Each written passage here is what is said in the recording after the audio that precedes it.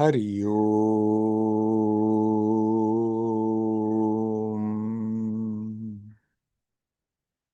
Hari Om.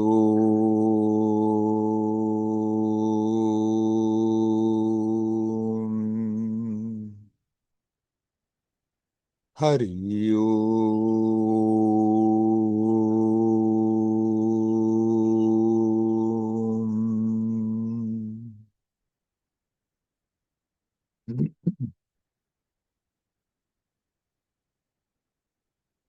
Hello, my friends. Everything is connected. We are all connected. We are connected with everything, even if we identify with the manifestation and feel separate. In reality, we are all connected. And as long as we are manifesting in a human form in this world, we are specially connected with the mental sphere of humanity.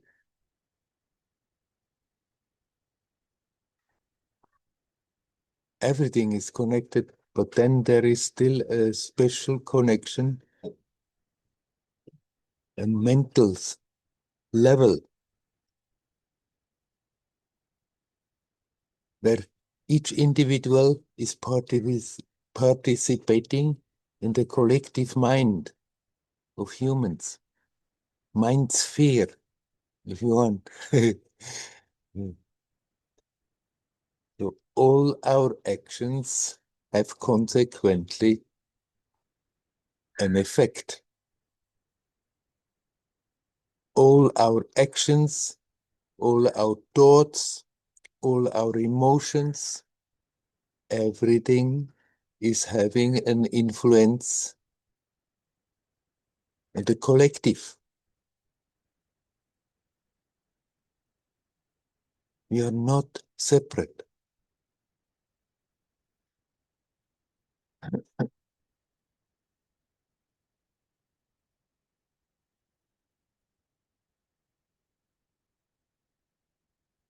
Imagine all our thoughts, all our emotions, all our actions is having an influence.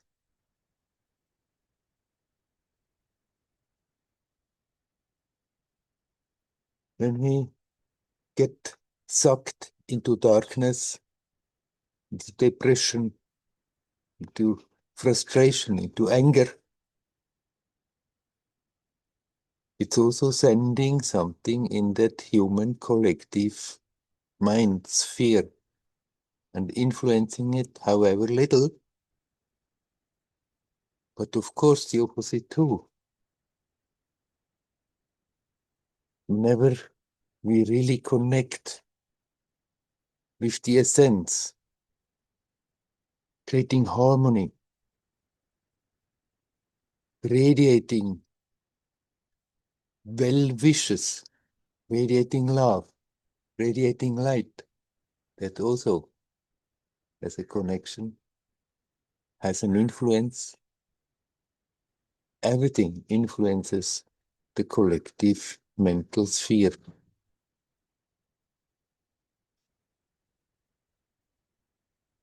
We are not aware of it, we have forgotten about it, but still, whether we know it or not, this is happening all the time.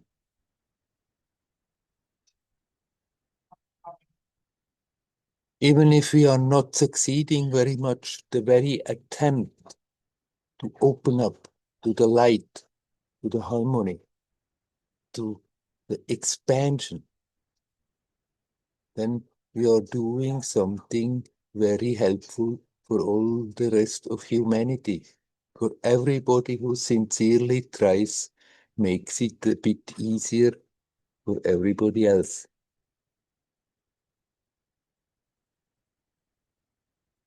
We are much more connected than we could think and have much more an influence that we are aware of. But of course, the general mood in the human mental sphere is also having its toll. It's also influencing our moods, our thoughts. We can be aware of it, how the thoughts have the tendency to be pushed in a certain direction, and then we can choose not to do so if we don't want to. We can be aware of our moods, learn that every emotion is built on prana. It's riding on a wave on prana, of prana. And then we can just learn to watch it, watch the energy, what it is doing in the body, and learn to relax.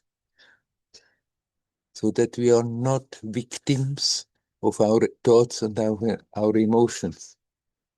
And everybody who strives to become more aware, to become more self-centered,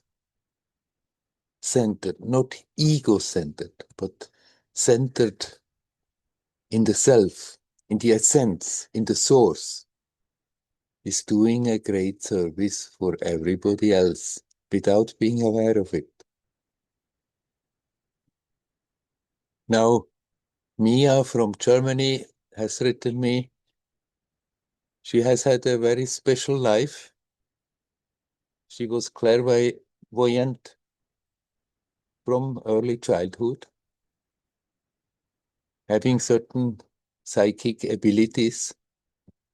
Talking about it as a child and then becoming aware, it's not taken nicely, as it is usually not in our Western society, especially, that people took her for a nutball, and soon she understood it's better not to talk about it. But it stayed, it was there, and it stayed.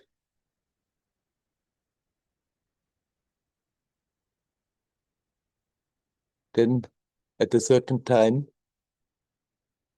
she met her guru and is still in connection with her guru after 30 years. And she feels she has gotten so much blessings, so much grace, and is grateful and very happy about it. But there is one nagging doubt. Am I doing enough service? I have not gotten all these gifts just for myself, but I should serve. And she does healing, spiritual healings on this level and in the astral. But still that nagging doubt is there. Am I doing enough service?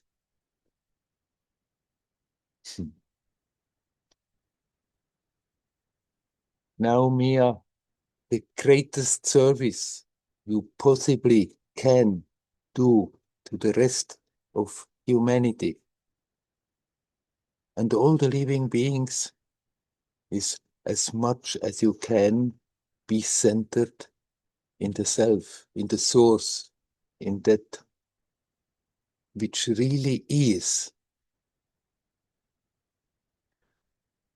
She has also a family life and a job. And so the question comes, am I doing enough service? Maybe I should do more service. Well, somehow or other, it has so happened that your circumstances are the way they are.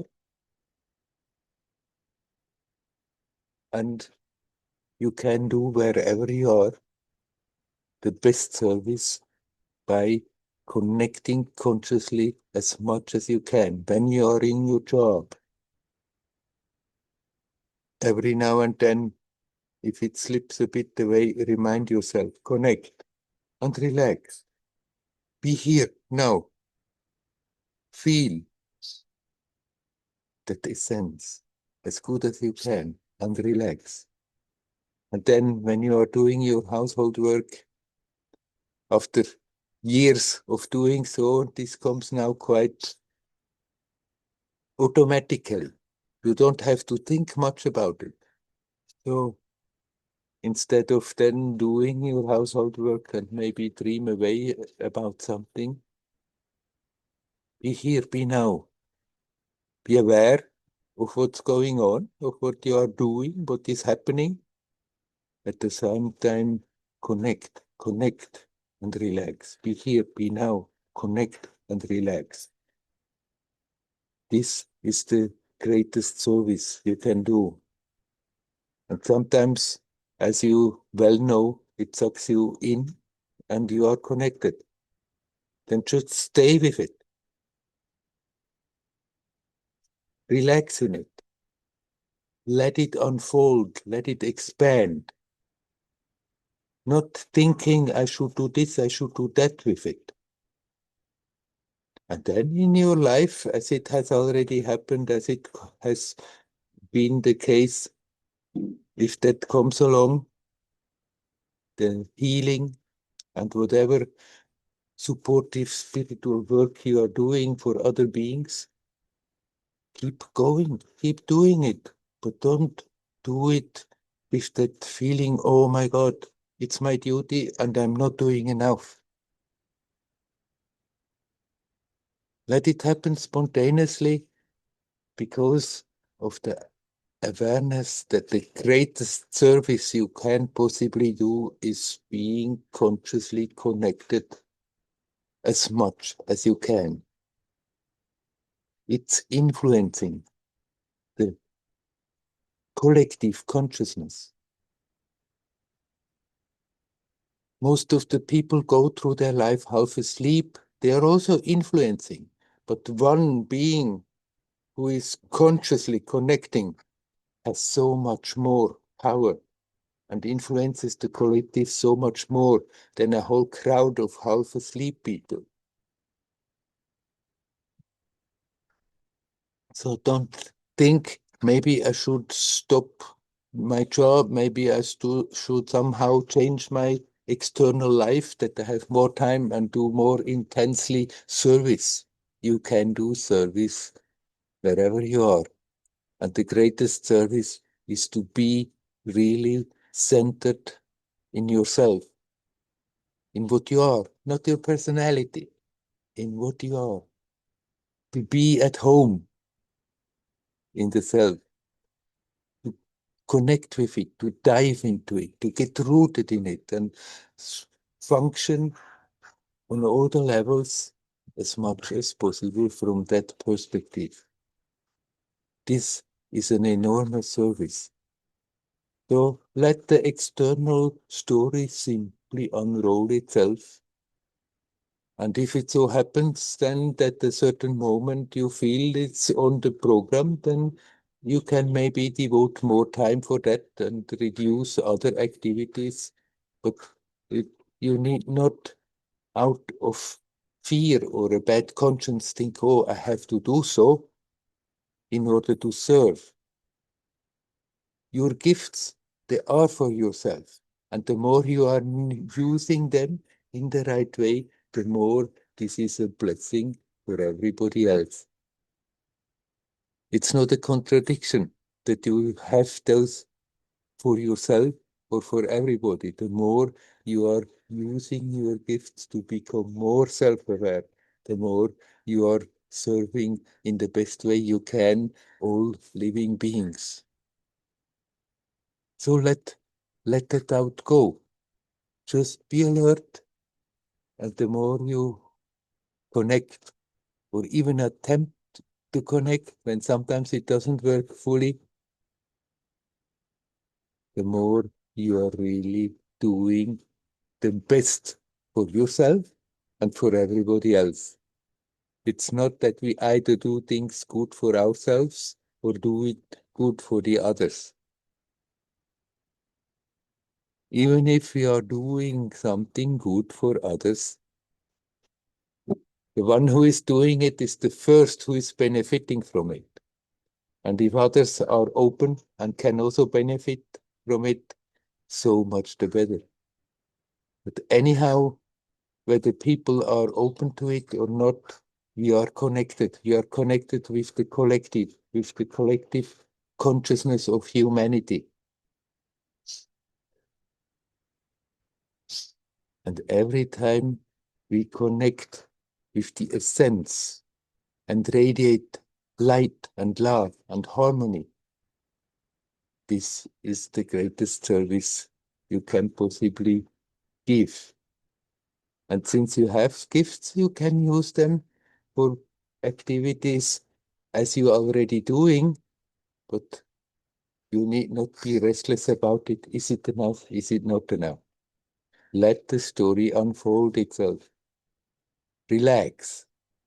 Be. Be and relax. Be conscious. Be consciously conscious. Consciously alive. Let consciously that light, that love flow from you. What greater service could you possibly do?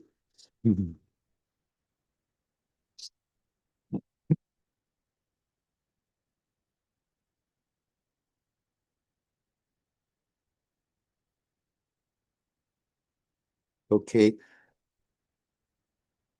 I leave the subject and I'm asking you, my friends, is there anyone who would like to come in? You're welcome to do so. There is Floyd. Hello, Floyd. Floyd. Hi, Werner. How are you? Oh, quite okay. How are you? Good, good. So this about the subject of healing and even astrology or counseling. So I've been in this field for like 15 years and I've been doing stuff, but I don't know. There is something I think this woman might have be also facing that what you mentioned, but there's something like I don't know. Even though it doesn't make sense, but one tends to catch some negativity from people, and like even they say in satsangs also it happens, but I don't know if it happens like that. But particularly with astrology and all this stuff, even with healing, people are talking about the issues all the time. And somehow you're trying to help them. So, like, there is some force which is like trying to create a resistance that it should not, it doesn't want to go that negative kind of thing.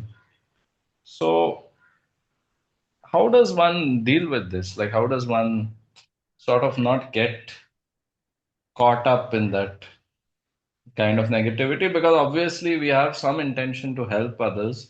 Yeah. Maybe we are not like Ramana, but then there's some gifts or some things which are accurate and which kind of work for people, which is why they come despite not doing much of marketing. Sorry, Hmm. can you define that negativity you're talking about a bit better? I didn't quite get that. Yeah, like for example, like if I'm talking to someone, they'll be like, very intense, uh,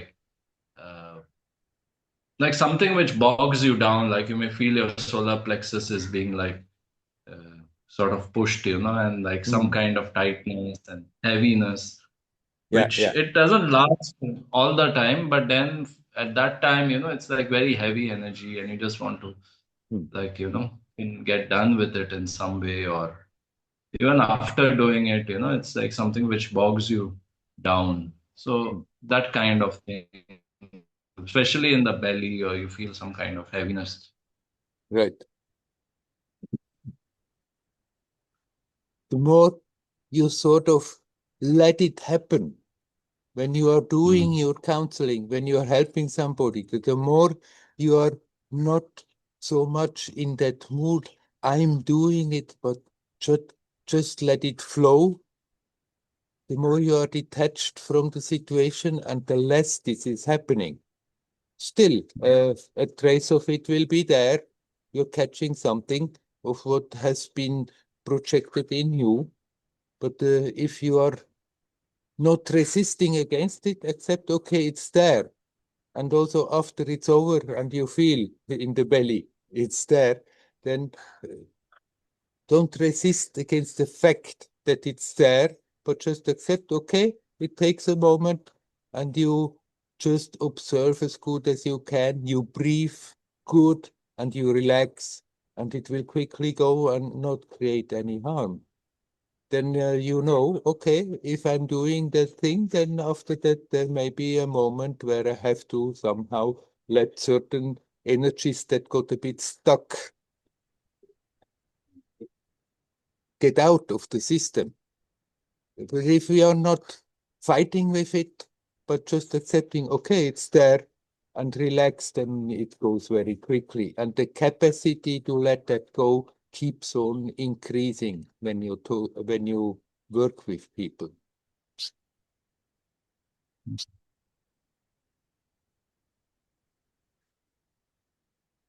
Yeah, so you're saying not make a story out of it, like this is like Right. bothering me. Neither to yourself nor to other people. Not talk about to other people. Oh, I'm doing this, and after that, pooh, it's terrible. Rather, keep it private, and in front of yourself also not make a story about it. Okay, it's there. So what? It's there. I see it. I watch it. I breathe. I relax. It goes quickly. Mhm. Yeah, so it's like not seeking this, what do you say, uh, special kind of treatment. Because sometimes if I'm with people, I feel, oh, okay, these guys have so much energy to run around the whole day. Mhm. And I'm doing these sessions, and then I'm like, okay, like, I have to sit and like, sort of deal with it. Yeah, I understood what you're saying. Yeah. Yeah. Yeah. Thanks, man. And during the act, during the counseling, during the healing, during whatever it is happening, learn more and more, also be in that witness position, that more watching, let it happen instead of enforcing the mood. I am doing this. Yeah. Okay. Thanks, man. Yes. You're welcome. Hario. Hario. Hari Om.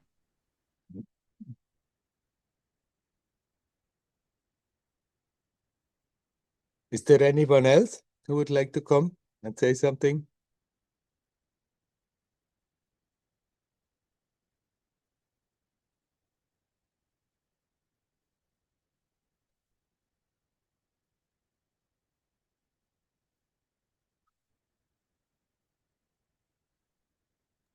Hi, Werner. Hello, Nava. Um, a question to do with something that I would, I guess, call personality.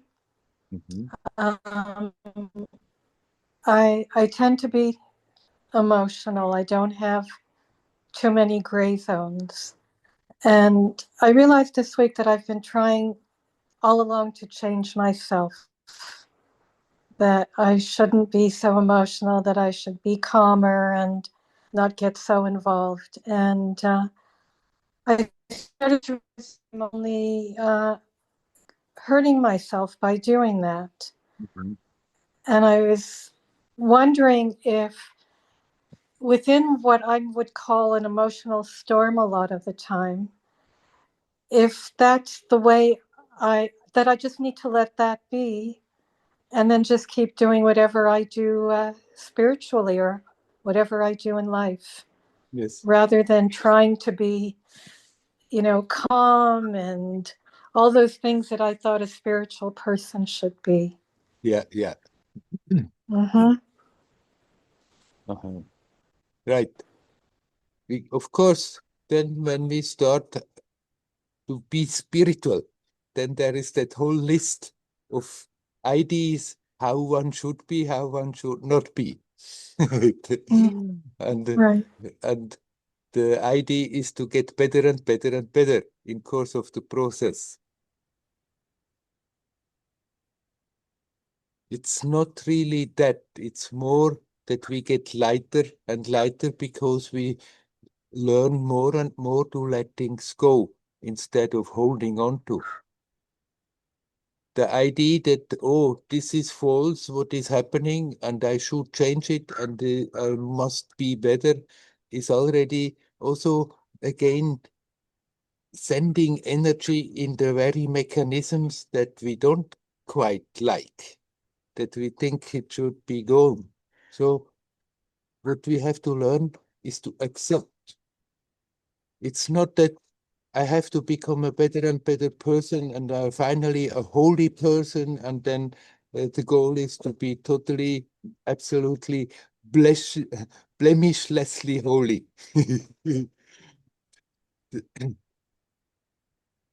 What we are looking for is that we are connecting to what we really are, and that is pure, unaffected all the time. So instead of then reprimanding ourselves, it's good to be aware of things that going on. It's good to be aware there are certain mechanisms that prevent me from being naturally connected. But at the same time, not getting obsessed and doing things with it, trying to change it, but just more, just observe it. Observe that it is there and learn to let go. Not fighting it, not resisting the fact that it's there, not thinking, oh my God, in spite of all my meditation, in spite of all my spirituality, still this is happening, shouldn't happen to me. Accept, okay, it's there. So what I can do is to be more conscious of it. Not judging, it's good or bad, simply it's there.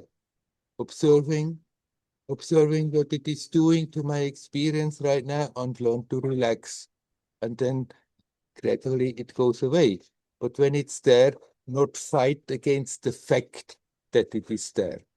You just, right, you continue whatever you are doing, but not try to close your eyes and say, okay, I'm not looking at that, I'm looking somewhere else. You can very well be aware, okay, there is that emotional storm up again going on. So don't resist. It's there, but you step out by watching it instead of being a subject, being a victim of it.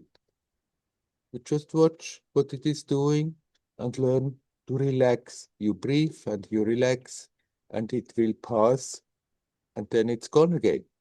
And if you treat it always like this, then it's losing its habitual power that it has. Gradually, it's getting less. You may for some time think it's getting more and more if you really observe, because then you are more aware that it's there. And many times we have not been aware that it's there at all. But if you don't get frightened and accept, okay, this is as it is right now, but I need not be a victim of it. I can observe it and I can relax, and gradually it's getting weaker. At that moment, it certainly goes quicker if we don't fight it, if we are not feeding it by getting totally overwhelmed and involved in the emotional storm, but by accepting and observing and relaxing, then it's working out itself much quicker and it goes away. And if we treat it again and again like that, then the habit is also weakening and it comes gradually less. And then people may feel that you are getting a better person, but it's not really that you getting a better person. You simply learn to let go of unnecessary tensions and burdens that we have the habit of picking up and holding on to. It's part of what I'm wondering about, though, what you're saying. I have this image of the eye of the storm. Yeah. That rather, I think it's right that I should just not feel bad about it. Yes. But at the same time, it seems like I don't know if passionate is the right word. I do get passionate about injustice and suffering, and they have a deep effect on me. And so I'm just wondering, other than just hanging on and feeling bad about the feeling, if I just let it be, and is it possible that simultaneously the calmness in the storm exists Yes, along with the storm? yes, the calmness is never, ever absent. Whether we are aware of it or not, it's still there. The eye of the storm is still always there. But if the attention is totally in the storm, we are not aware of it. But then we turn the attention back to that calm space as good as possible. Not trying to fight too much within the storm on the level of the emotions, with the emotions, not struggle with them, but more redirect the attention to that which makes the experience possible. And then, of course, there are emotions that one feels extremely justified about it, like you see injustice and you get passionate about it, and you don't have to become now callous and think, oh, I don't care about it. You can very well see injustice where there is injustice. And it's natural that one feels repelled about it, repulsed by it, because it's not right. Everybody who is a bit sensitive feels that many of those injustices, they are not right and they need not really be there. And then it's easy to get very worked up and passionate about it, but it doesn't help anything.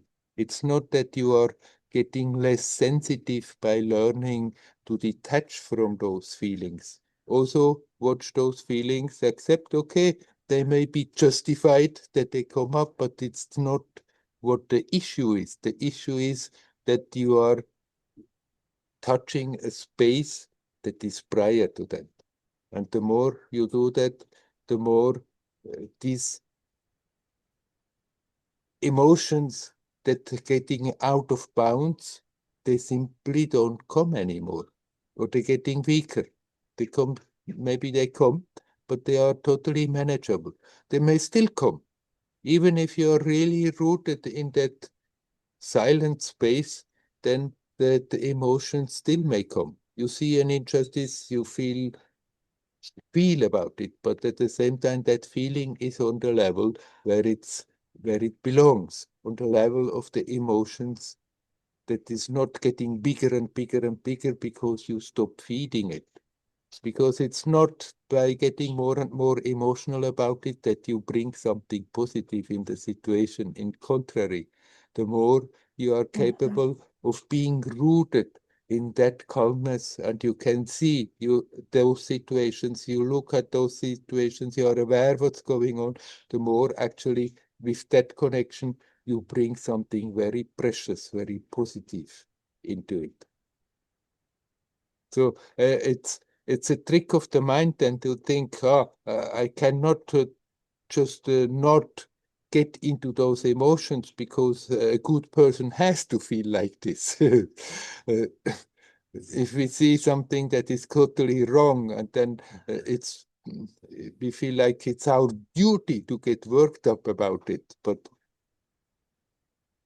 we are not bringing anything positive by doing so. It's certainly not the opposite, that we just should shut it down and think, okay, I'm not caring about anything.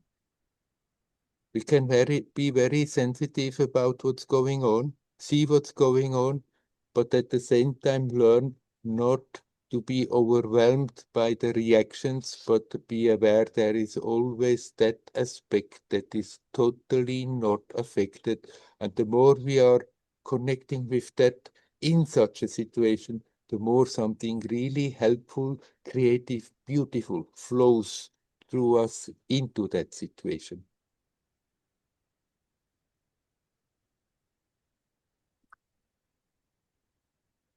Okay, tall order.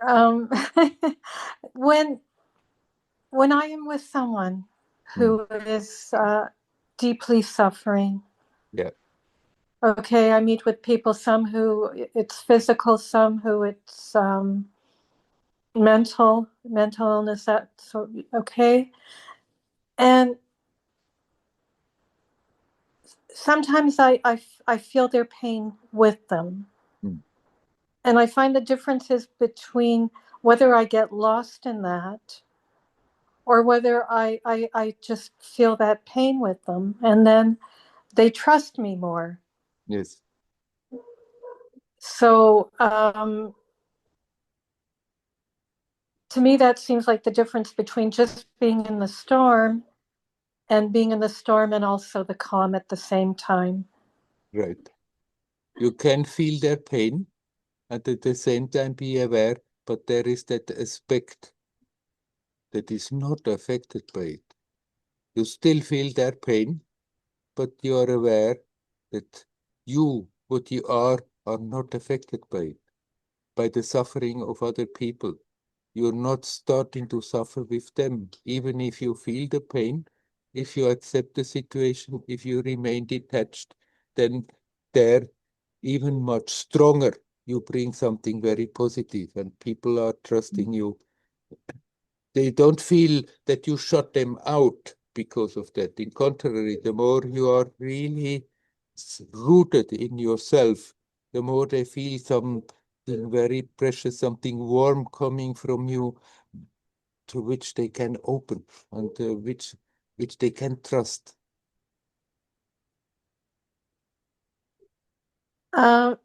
It's what I feel with you, Werner. You listen to all of our issues, and yet there's something that I feel that is you're with us and you're not.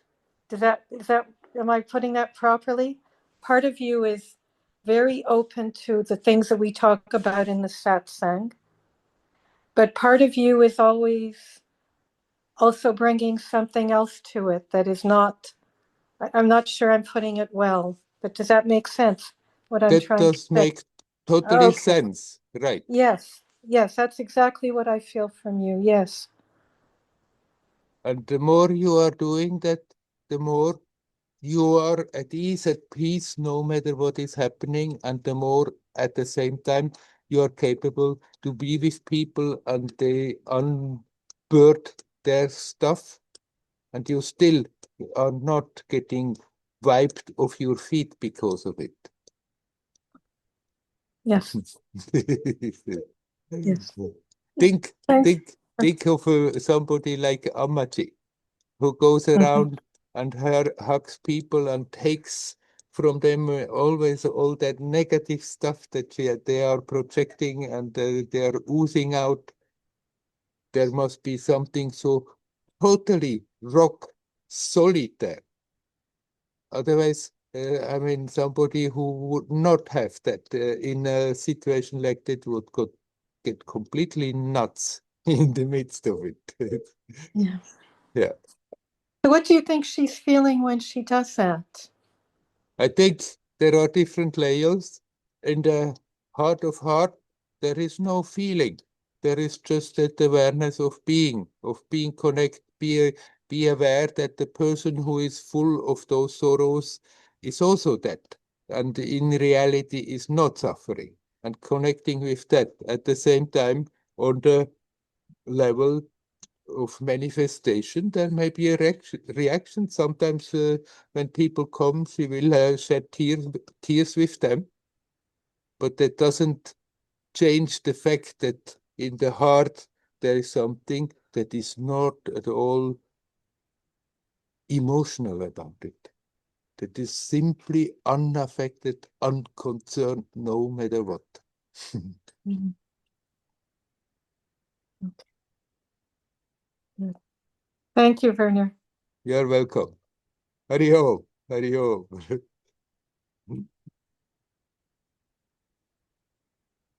Hello, Hildegard. You have to unmute. Oh, Yeah. unmute. There you are. Hello, everyone, and hello, Werner. Recently, I was a member of a meeting in animal protection, and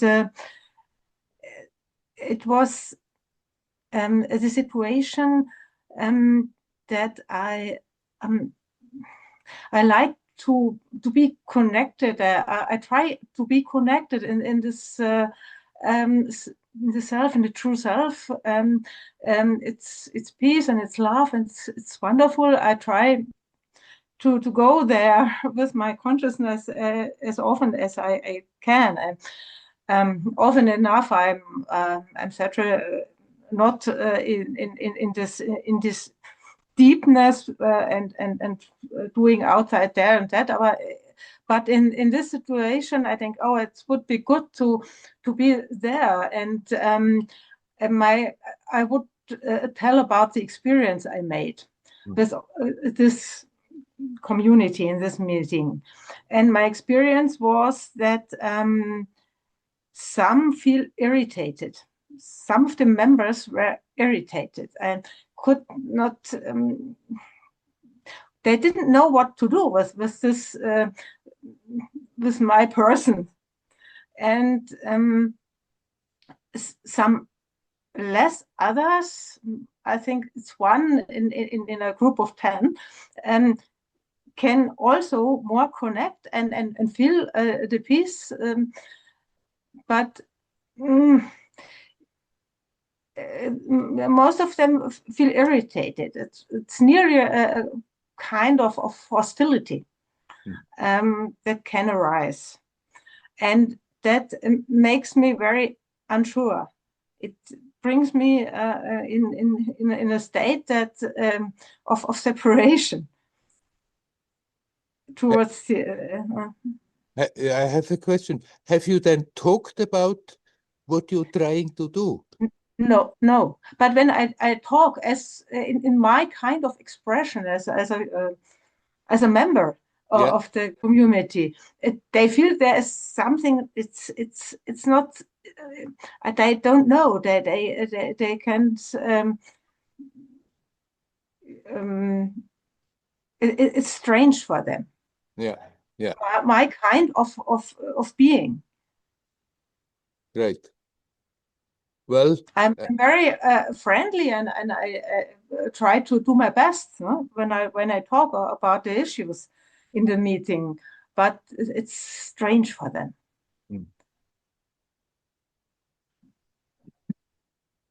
Well, as long as you are not like purposefully offending them by criticizing their way of thinking and being, then don't worry.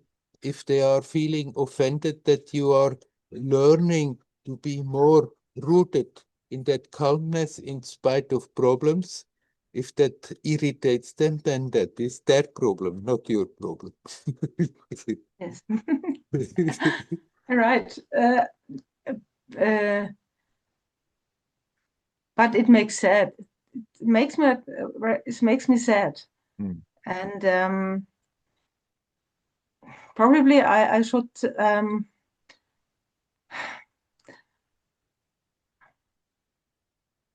I shouldn't expect something. Yes. You should not expect that people would acknowledge what you are doing, what you are trying to accomplish, to remain rooted, to remain centered. You cannot expect any approval from people. This is a private story within you and yourself. Yes. And right, people are not externally usually supportive of maybe others who are doing the same thing. But otherwise, the people, right, they function differently, and then they may have sometimes funny reactions. That is unfortunately just so, and you cannot change it.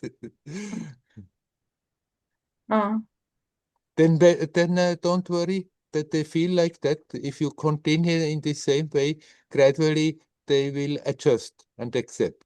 But especially if maybe this is a development that is starting to manifest more, that means they feel there is some change in you, and usually people reacting negative to changes to what they are used to.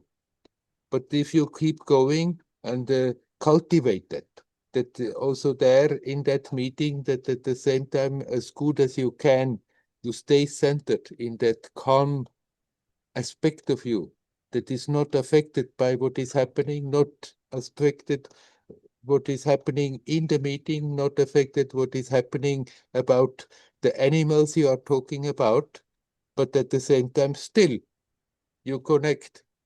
And then gradually the most of them, they will stop feeling irritated and even start to appreciate, oh, there is something very living and helpful coming in that way.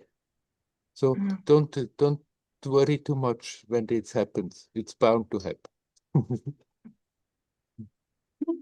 Ah, yeah.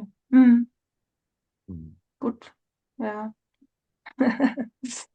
It's a tendency in me to want to be accepted and Yes. totally be accepted as I are. And it's my whole life this problem to expect they other people to be like I am, or similar to the mood I have, or the expression of spirituality, and I should stop that. This expectation, Right. expectation. It's two sides of the same coin. That on one hand, we expect that being appreciated by others, that they appreciate the way we are, at the same time expecting them to be the way we think they should be. And people usually are not. Really not. Right. Never. First, you have to learn to accept yourself really fully and see the weaknesses. Not think, okay, I cannot do anything, but to see that there are weaknesses and okay, there is work to do. Accept it. And the more you accept yourself, the less you are interested whether other people accept you. Then some people will accept you and some people won't. And you can do whatever you like. It's going to be like this.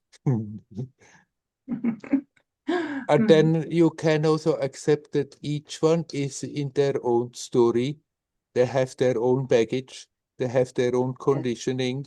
They have their own past. And this has formed then how they are thinking, feeling, and acting.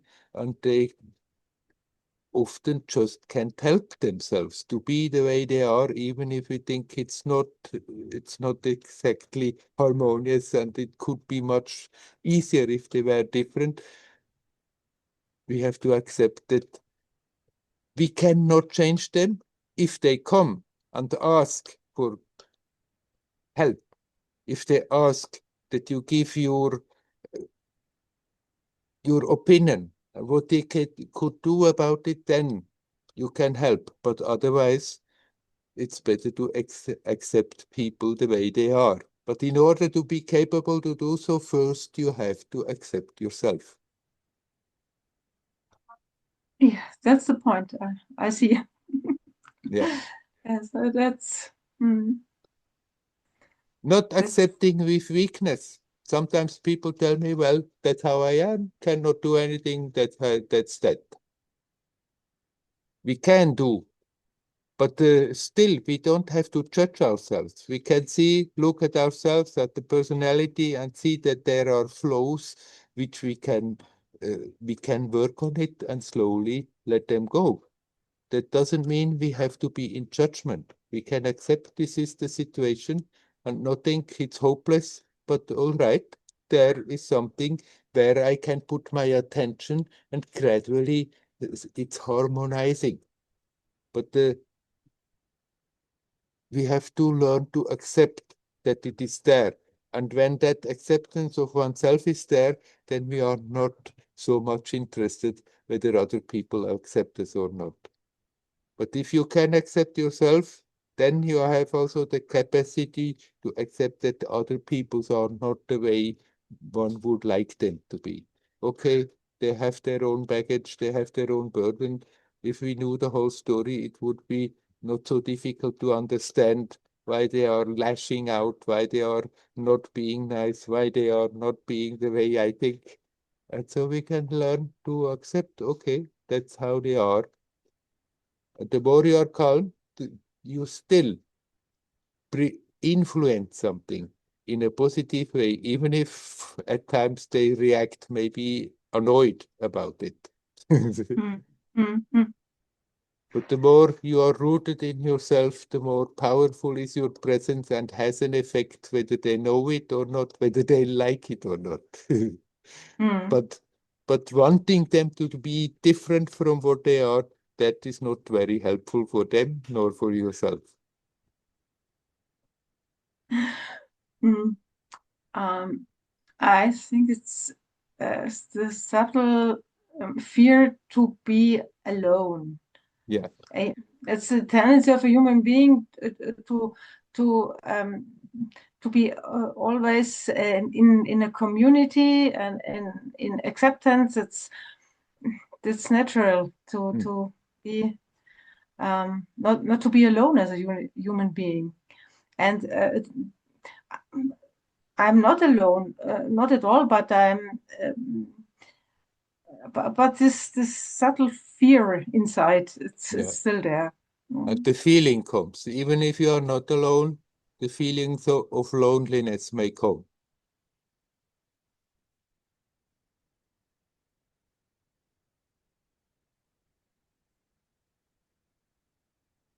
Right. That feeling is there. The more we do exactly that, being approved by others, that somehow a feedback comes that that is acceptable, that is pleasant. As long as that expectation is there, then the feeling of loneliness is also there, because most of the time the feedback is not the way we would like it to Yeah, be. indeed. When I grew up, I had no problems having friends, being friends with many people, but at the same time, deep down, I felt very much alone. I felt I'm totally alone and always looking where can I find the people where I'm understood. Poor me, I'm not understood. And then I came to India first in an ashram in Bombay. There we were over 60 students, and I felt, finally, I'm with the people whom who think the same way, and we are not alone. We are together there. But simply to understand that very quickly, that same feeling came up again. That but somehow I'm not understood. And then I left, and then we were like a little family with Amma in the beginning, and then I thought, finally, now I have come home. Simply to understand that those feelings crept in again. I did also things a bit different than others, and so then there were sometimes a bit frictions, and I still developed that inner feeling, hey, I'm alone. Nobody understands me. Mhm. Nobody likes me. Until I really had a good look at that whole thing and become aware I'm producing that myself. It's not that it is necessarily a fact. It's something that I'm producing. And in a way, we are alone. Each one has their own story, their unique story. But we are not separate. We are all connected. And then when we stop resisting against that feeling of being alone, then suddenly it starts to turn around, and it gives you a lot of strength that you become aware, okay, in a way I'm alone, in a way there is something that cannot be hurt, that cannot be damaged. You are complete in yourself. but in that aloneness, you are also connected, and that aloneness is all oneness and not loneliness. It's something that we are producing on the emotional level ourselves.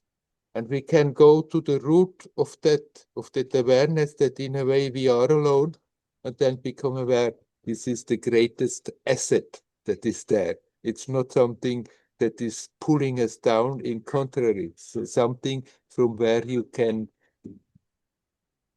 get courage to continue and the confidence that no matter what is happening, something is so alone and unique. No, nothing can hurt that. Nothing can destroy that. And the same thing that used to make me feel lonely suddenly was a source of strength. The feeling of loneliness comes because we expect the feedback and think we need the feedback in order to somehow feel complete. And that feedback is not coming, and then we feel, oh, poor me. But if we stop expecting that feedback from outside, but become aware what we are looking for is here, it's there. It's not something I have to be confirmed by anyone. Then that expectation goes away, and then that feeling of loneliness and similar feelings also go away with them.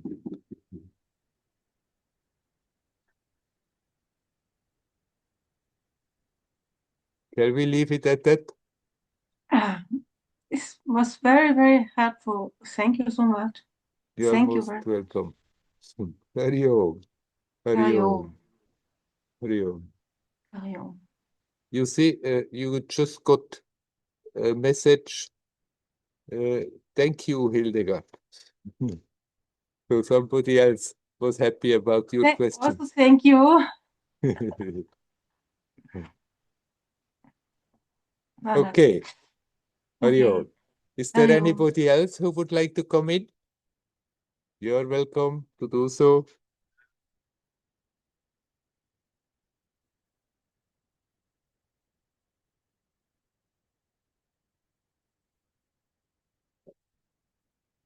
Hello, Andreas. Hello. Can you please explain the term form a little bit more? Last time when we talked about AI, you said like that it might be possible that, for example, the universal consciousness comes into a specific form.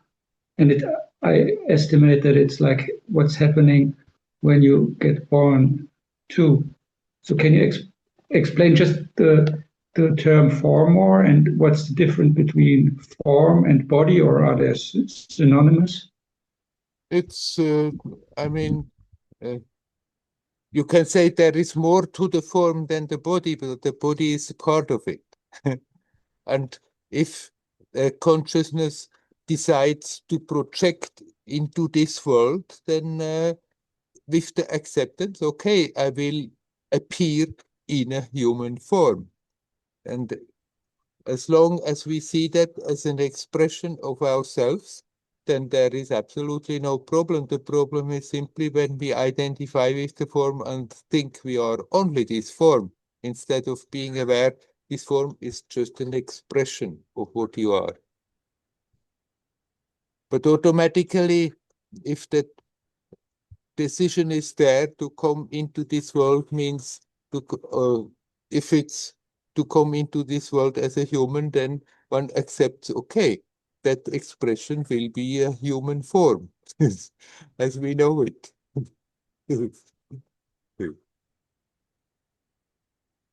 In Buddhism, there is a term name and form, nama rupa. Yeah.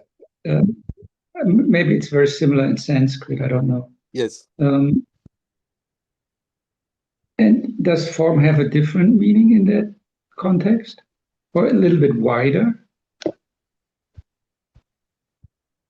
Well, it depends in which context it's used. Yes, you can see that the real form of somebody or then the apparent form of somebody. But the real form is usually formless, but sometimes it's being used, like talking about the real form of somebody, meaning the real self. But usually the term form really means what we think is a form, something visible, something that is different from other forms. The attachment to the nama rupa, to the name and form, means that I really identify with that form in such a way that I think that I'm a person separate from everybody else. One form within so many different forms. But if I become aware, hey, this form is just a temporary expression that is there, I'm there, then this form comes into being and plays its role, and this form gets out of being, but I'm there prior to that, during that, and after that, then that name and form is not binding, but still it will be apparent.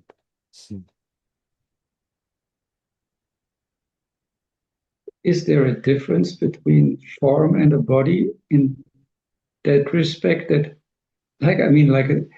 from a scientific view, you don't have any direct connection to your body. You just know it through your senses. So it's always like an image of the body that you have in your mind. Is that maybe what is called form? I'm not quite agreeing with that scientific explanation that you are you have given, that you are not in the body. You are in the body is in you, you are not apart from the body. But the body is just an expression, it's not what you are. But you cannot say that you are apart from that body. Okay, then the form that we may have in our consciousness is, of course, what our senses are bringing us. What we see in the mirror, what we feel when we touch something, what we smell and taste, it all is creating an image, creating a whole level of experience. In the dream, you may pick up another form, and then through that form, you experience that level of experience, but you can accept that this form, this human form, is the conduit to experience this level, where there are so many humans. What you are is anyhow way more than that. And when you break it down into particles, and there you can go scientifically, then the form disappears. Then the matter disappears. The body disappears because everything is just energy. An atom is just energy. There are positive and negative electromagnetic forces that keep the atom together. But when I was a boy, there was still the there was the proton, the neutron, and the electron. And then they said, okay, everything is space, most of it is space, but the proton and the neutron, they are solid. And then as science advanced, they became aware they are not as solid as they thought. They are also particles, and they jumped into and out of existence. And the last solidity is gone. So, and then finally, you can scientifically, there is nobody there at all. Still, there is something that is animating a certain amount of matter, of force, of energy that appears as a human form. And then, of course, you may have in your subconscious a little bit a different idea about that form than other people have, but still, it's corresponding not only to the body, but to the body plus also to the psyche, how the psyche is working. The form that you have in your mind or other people have in their mind about yourself is very much connected. The body plus the way you are thinking, feeling, acting, the way you're behaving. That is all called form. That's all called form. It's part of the form, the psyche.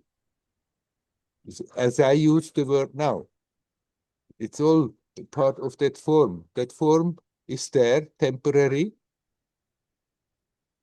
It's not what you are, but it's not apart from yourself.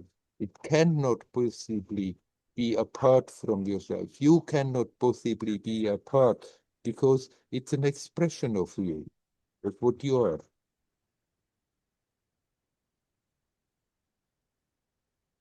Okay. I have to listen to it again before I can really understand it. Feel your presence. That is the more important thing than wondering too much about the form and what exactly it means. Feel your being alive. You feel being conscious, a conscious living being. And then you can accept temporary in this level, it has a certain form, how it appears. But what matters is that there is that life, that there is that consciousness. And because of that, you projected that form into this level that it can have experiences. Through this form, you experience this level, and in the course of the process, we can learn, we can grow, we can become more self-aware. That essence remains the same, and yet the experience of that essence can grow and unfold.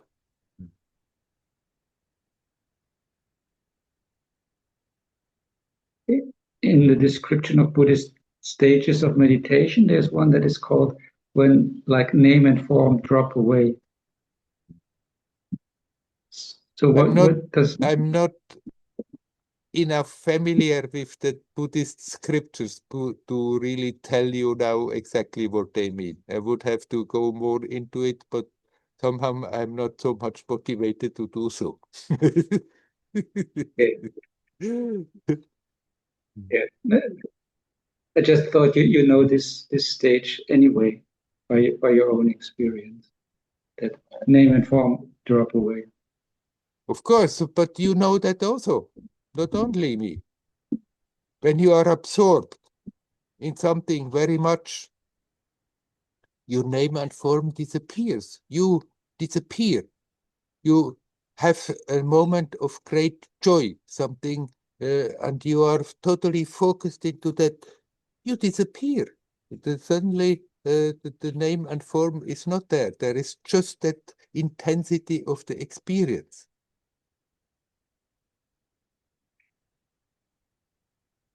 Yeah, I'm not understanding this completely, but maybe you're right. Maybe I just should not try to understand it too much.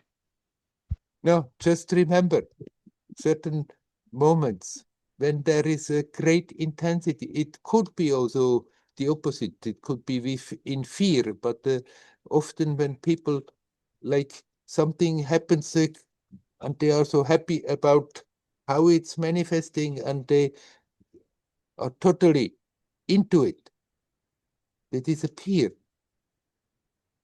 And people look for that experience, look for thrills, look for kicks. Why? Because there for a moment their burden is gone, that personality is gone. There is just the intensity of the experience that gives feels so great when they are not carrying that usual backpack along with them. So name and form is gone then too? Yes. Like because my body doesn't disappear. It's just like that my mind is someplace else. Or is Yeah. there missing? But it's disappearing from your experience. When the Buddhist says at a certain stage name and form disappears, that doesn't mean his body is now on this level, material level, disappearing. He may be, that body still may be seen, but for him, name and form may totally have disappeared. The whole world may disappear. Like the whole world disappears also when you go to sleep. Boom, it's gone. The whole thing in one moment.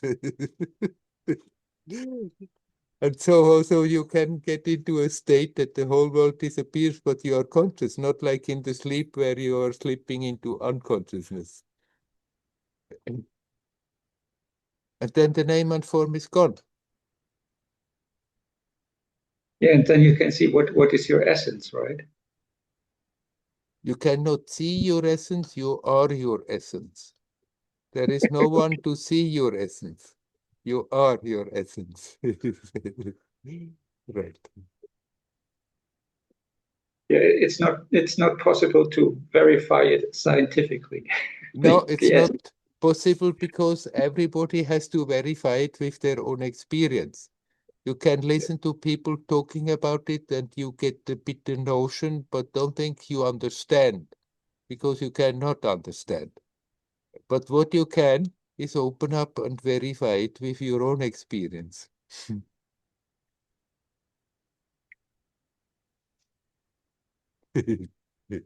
Okay, we leave it at that for today, huh? Yes, I have to re-listen to it. Right. You're welcome to do so. Hari Om. Hari Om. Is there anybody else who would like to come in? Hello. Hello, Leela. I just joined now. I see. 2 weeks ago, I broke my hip. Ah, Yeah, I broke my hip joint. I mean, you, I didn't break it, but I fell down. yes, and it broke. It broke. Yeah. So my friend Anat, who is here, was asking, why are you not with Werner today? I expected to see you because she knew it happened to me. And just joined now. And listen to your conversation with Andreas, what you just said now at the end about the feeling ourselves as, I'm not sure I don't want to repeat it, but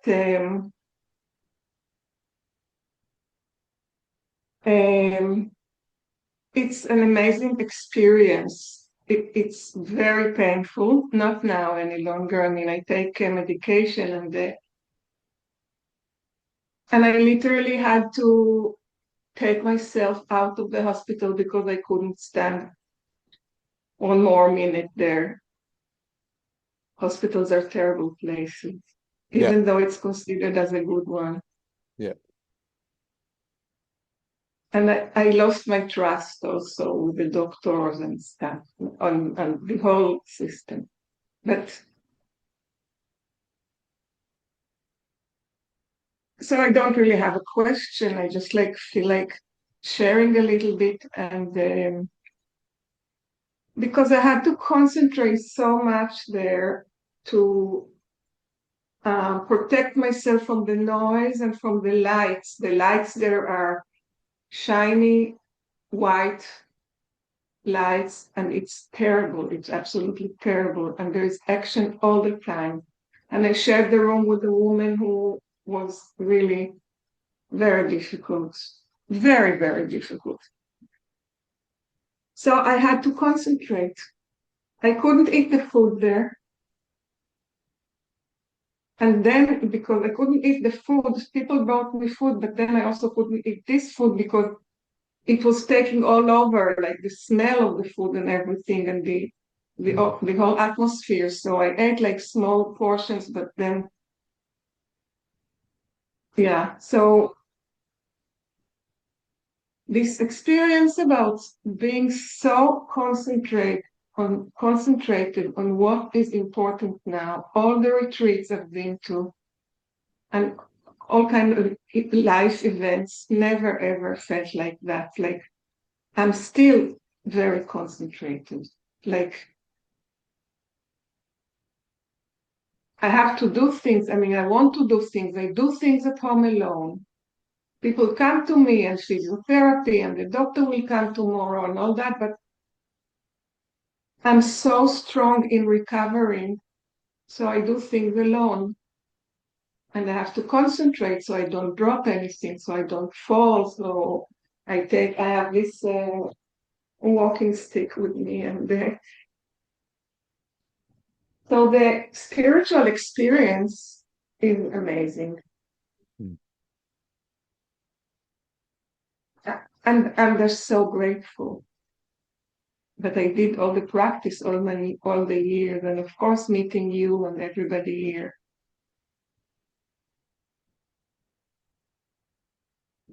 Right. That you were capable of not just resisting against the fact of the experience of what was happening, but make use of it to be more focused. That is what is helping you now. But it's amazing that you can already walk around with a stick by yourself now. Yeah, yeah. I also didn't have severe pains when I fell. That's why I didn't go to the hospital right away. Turned out that the fraction was a serious fraction. I mean, it was like a serious operation, but in any event, it takes only 1 hour, maybe less. Mm. But yes, I'm aware that it's amazing, and I don't know how. Maybe part of it is that I practice so much body work. Mm. Still, I feel that big part of it is spiritual. And I don't like to use the word spiritual about it's not a word that I use in my life. But the spiritual practice, and somehow this thing was meant to happen because my bones are very weak, turned out now when they did all the checkups and everything. So good it happened now and not later in my life. Yes, being spiritual is not something I feel that one can decide to be. It's a gift. I feel it's a gift. Right, it's a gift, but the offer is there for everybody. It's up to us whether we accept that gift and cherish it and make it flourish. And yesterday, my family, we all met here in the settlement where I live. And we had the most sweet meeting ever. The children, the grandchildren, it was full of love. And family I come from is complicated. My marriage was complicated. So it was like, and of course my ex-husband was there, and his roommate was there, and I mean the person he shares his life with was there. And again, I'm like speechless. Yeah, nice, wonderful. Anyhow, it's great, the attitude with which you are dealing with that situation, which of course is not funny, falling down and breaking the hip with all the consequences and the hospital and the pain and everything. But if you can continue with that same spirit, that instead of resisting when things are difficult, it helps you to focus, to be in the present, then suddenly it doesn't look so terrible, even if it's not a nice experience. And there you can gain a lot of strength from it. When everything is nice, it's easier to just always drift a bit away into pleasant dreams.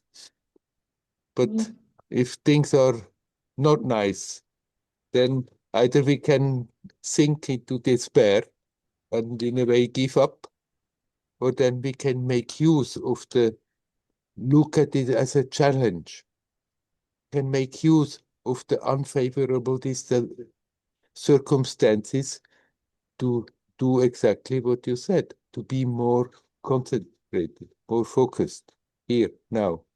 And that, whenever you do that, that always makes you stronger and in the long run, more expansive. So continue in the same way. You're doing great. And I wish you a quick recovery. Thank you, Werner. Thank you. I'm happy I came here in the last minutes. Thank you. I wish you well. Hari Om. Hari Om. Hari Om.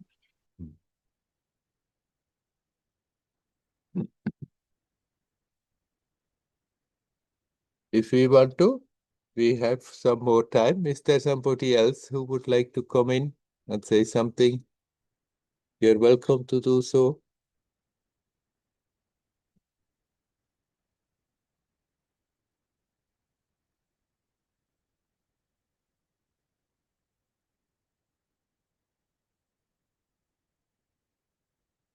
Seems not to be the case.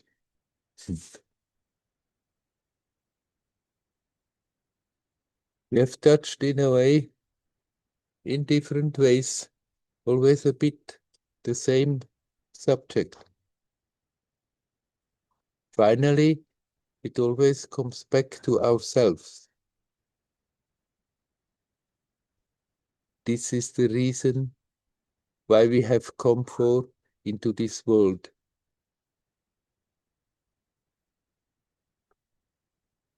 You all are ever pure, the divine essence. So there would be no need to incarnate because that purity is already there. But still, that being is deciding to project. We do not really, strictly speaking, incarnate because that divinity is not born, is not growing up, is not having a life, but is prior and during and after. But projecting into this time and space in order to have experience, in order to have confrontations, in order to learn to become stronger. And with that increasing intensity, something very precious is being built up and is being remains. It doesn't change the essence. You are what you are, but it changes the way we can experience that essence. And that essence can be experienced ever vaster. The words are not really justifying, but there is something that remains, that is untouched, that never changes. But the experience of that keeps on unfolding and unfolding, and to project into this time space, so-called to get born, to get incarnated, is on purpose. And the purpose is that we learn, that we grow, and that we learn to accept situations, even if they are unfavorable,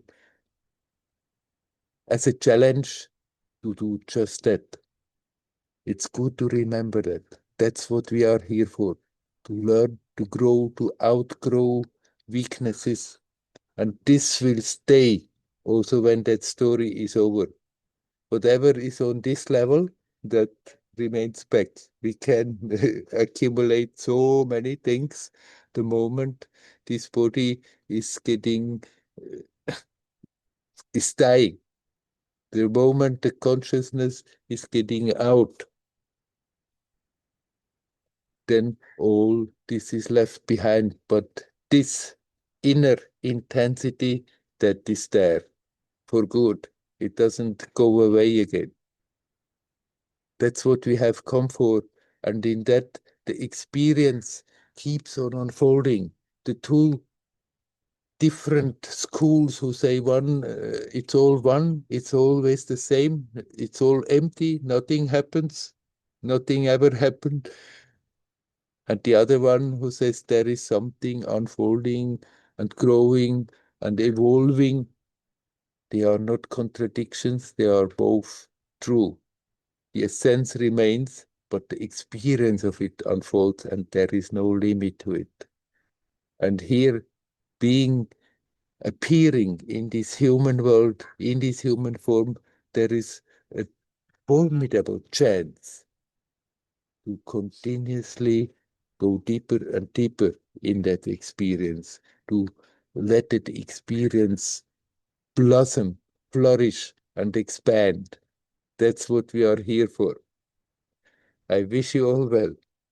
Hari Om, Hari Om, Hari Om.